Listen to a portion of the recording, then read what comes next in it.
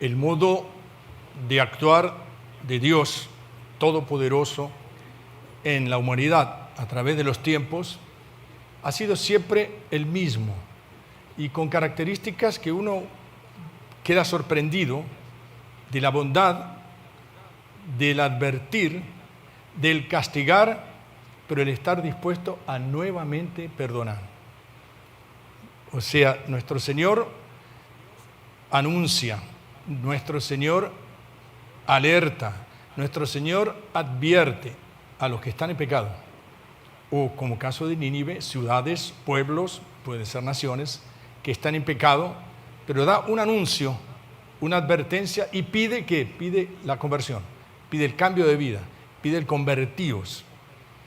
Y si no se convierten, obviamente puede venir un castigo, pero siempre Dios da la posibilidad de parte de Dios, por más que nosotros, los hombres, las sociedades, los gobiernos, los países, rechacen la ley de Dios, Dios da una oportunidad a más en su bondad misericordiosa. Y lo vemos en el caso de la profecía de Jonás. Es un poco extenso todos los momentos de Jonás, porque Jonás, claro, era un judío cumplidor, y cuando Dios le dice que vaya a Nínive, no quería saber nada con Nínive, con estos demonios que se mueran todos. Era un odio tenían los judíos a los ninivitas y los ninivitas a los judíos enorme. Era una ciudad completamente pecadora, corrompida moralmente y por supuesto alejada de los mandamientos de la ley de Dios. Y hay todos esos prolegómenos que no vamos a profundizar en la vida de Jonás, que se quiere escapar, lo tiran al mar, entre una ballena, pero al final él no le queda otra salida que obedecer el pedido de Dios de ir a esa ciudad. Vean ustedes, qué misericordia de Dios y qué difícil función o misión, digamos mejor, misión la de Jonás, de ir a una ciudad pecadora, a caminar por las calles diciendo dentro de 40 días Nínive será arrasada. Es un loco. ¿Cuántos dirían que va a ser arrasada? Si acá estamos gozando de la vida, todo funciona bien. Podría decir, Internet funciona bien. Si tuviera Internet, funcionan los centros comerciales, funcionan los cines, funcionan los carros, funcionan los supermercados. ¿Qué estupidez está diciendo este hombre? Claro, lo que no funcionaba es el cumplimiento de la ley de Dios, que era un poco más delicado, mucho más grave. Y él recorre la ciudad. Aquí tiene el relato, que es una ciudad enorme, que hacían cuestión de 3 días para recorrerla, diciendo, pero oh sorpresa para el propio Jonás, porque él no quería, él predicaba, dice que no se arrepienten y queda arrasada Nínive. Sin embargo, ¿qué hubo la actitud de Nínive? Que todos, desde el rey hasta el último animal, todos cumplieron, hicieron penitencia, hicieron ayuno, pidiendo misericordia a Dios. Y Dios los perdonó.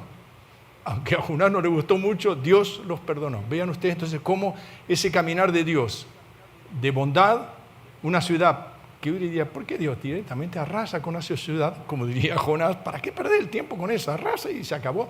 ¿Son pecadores? No. Dios tiene ese lado bondadoso, ese lado tan bonito de la misericordia de Dios. Y nosotros nos lleva el texto, nos lleva hacia el Salmo muy bonito, el Salmo 24. Enséñanos, muéstranos también otras versiones, tus caminos, Señor.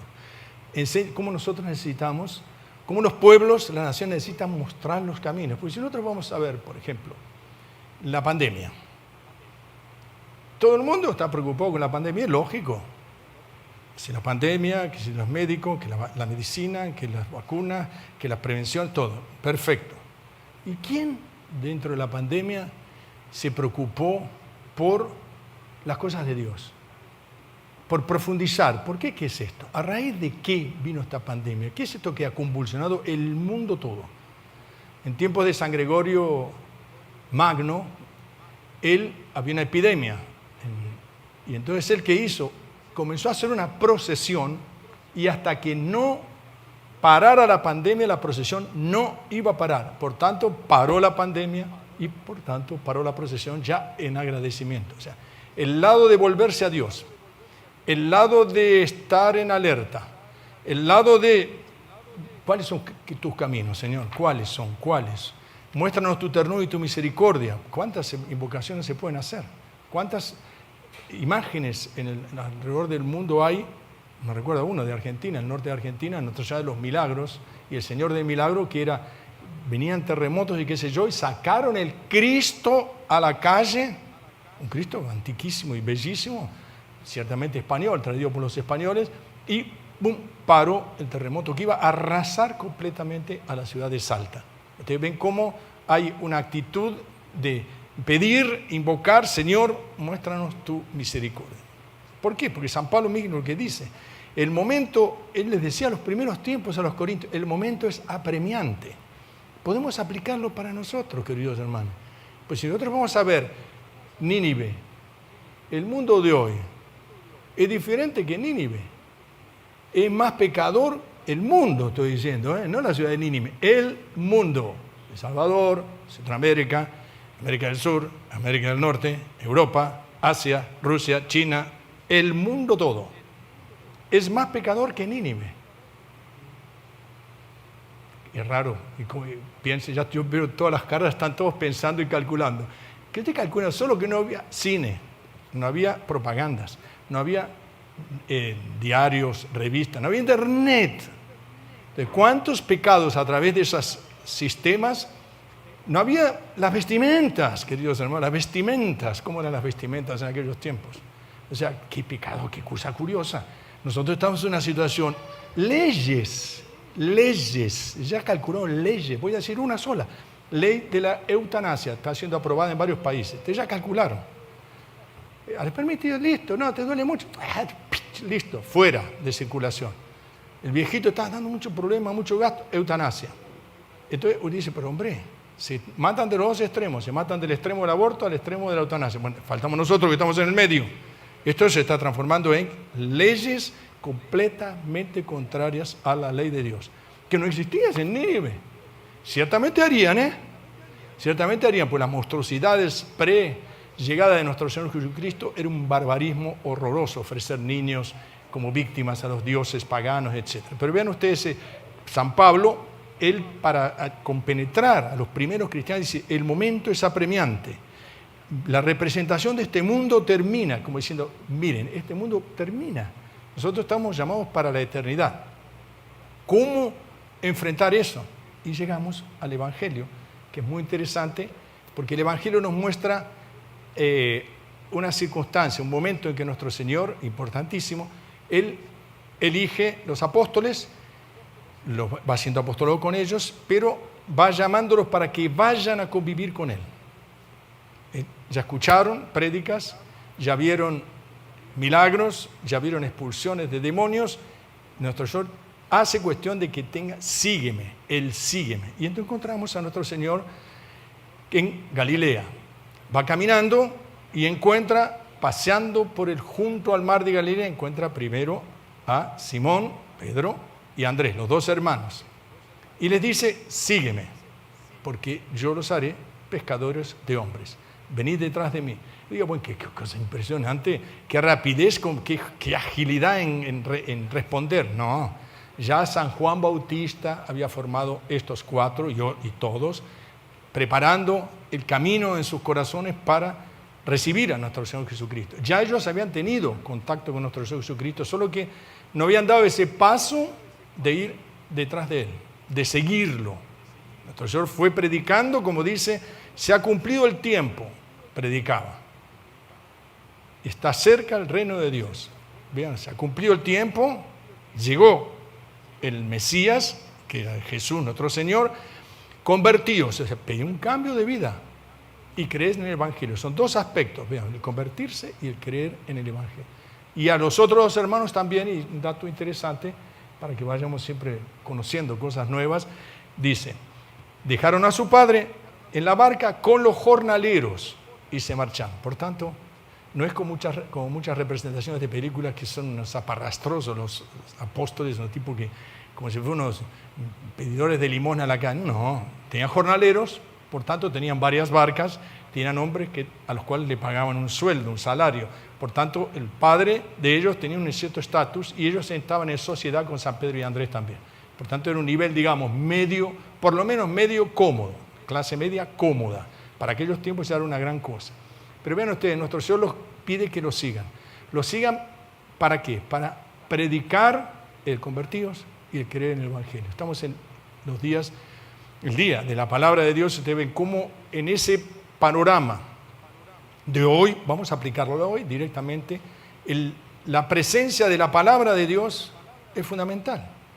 Faltó y falta todavía en esta pandemia que vivimos que nosotros pasemos del límite, mascarilla, la temperatura, la sanitización, el alcohol, el gel, pasemos, hay un ser superior que es Dios nuestro Señor, invoquémoslo para que nos proteja y compenetrémonos del porqué.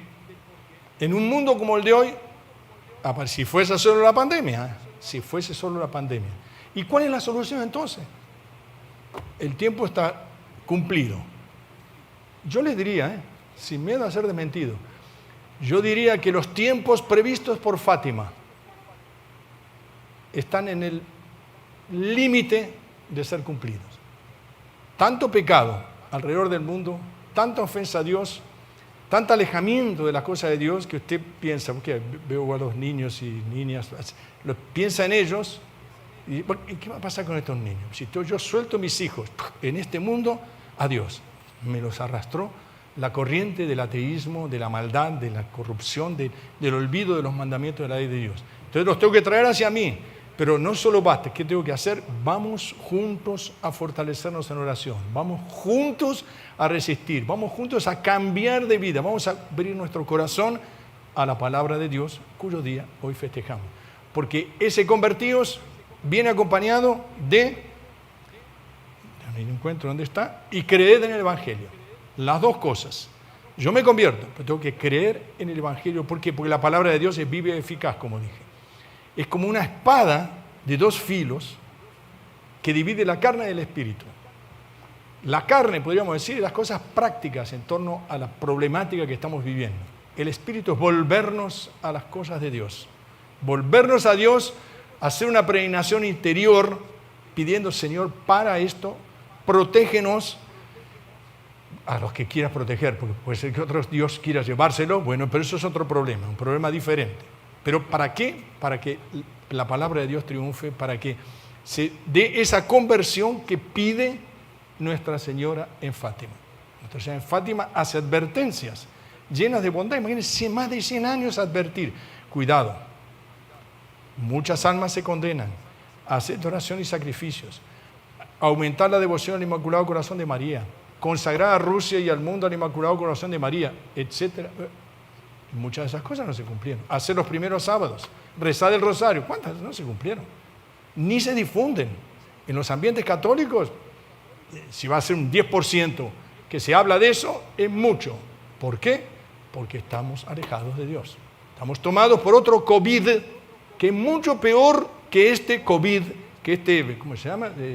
Coronavirus. El coronavirus, mucho peor que ese coronavirus de el desprecio a las cosas de Dios, el desprecio a los mandamientos. Y eso nos lleva a un susto de que tenemos que tomar una actitud. Vamos a seguir a Jesús como hicieron los apóstoles. Vamos a tratar de ser fieles a pesar de que Jonás se resistió y decir, cuidado, cuidado, cuidado porque el pecado está abundante y puede pasar cualquier cosa. Volvámonos a la Virgen, volvamos a Nuestra Señora, Madre de Misericordia, ella que en Fátima tuvo esa bondad de advertirnos, de invitarnos a ser sus hijos, que ella pose su mirada sobre todos nosotros, sobre todos aquellos que queremos, sobre todas nuestras naciones, de todos los países, que los proteja de no solo del COVID, del alejamiento de Dios. Alabado sea nuestro Señor Jesucristo.